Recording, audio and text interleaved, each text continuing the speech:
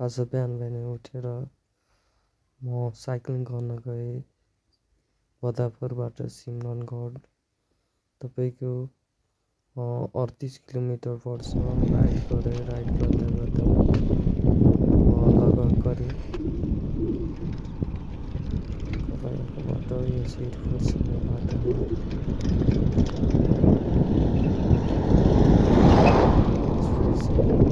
Guys हाम्रो बदापुरबाट सिरिपुर आइपुगेको छौँ। बल्ल 3 माइल पुग्यो। फाइनली गाइस अब हामी जाँदैछौँ कलैया। कलैयाबाट त्यहाँबाट सिमरनगढ जानेछौँ। चिसो यस्तै बढेको छ। हाम्रो राइड जारी छ। ल गाइस हामी चाहिँ कलैया पुगेर अलि कटिसक्यौँ होइन। अब यो कलैयाको बाटोमा यस्तो पानी परेको छ। साइकल चलाउनु पनि अलिक गाह्रो भइरहेछ चिसोले।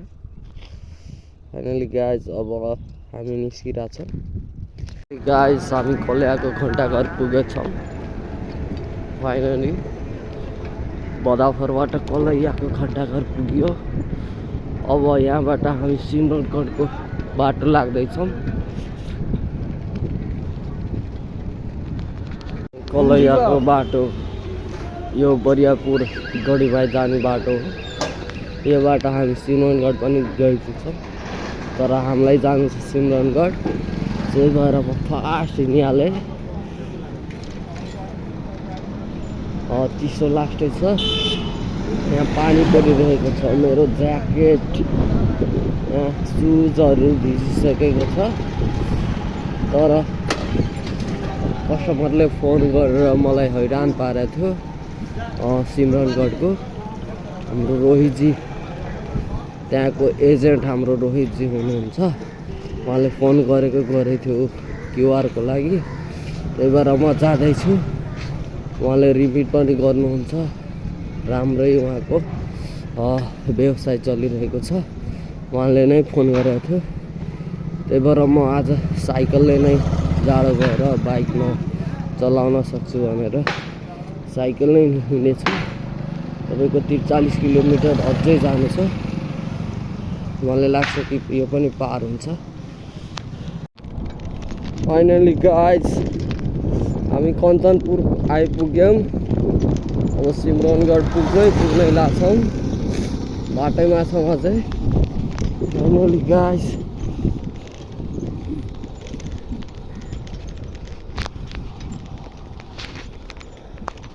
सिमरनगढ आइपुग्यो।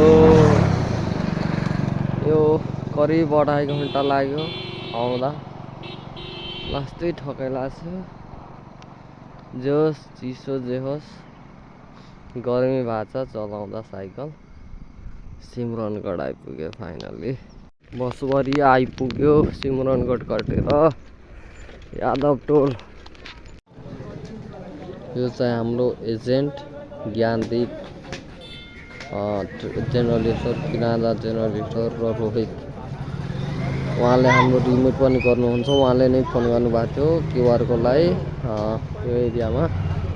अब म बिदा लिएर गइदिन्छु यही सिमरनगढबाट।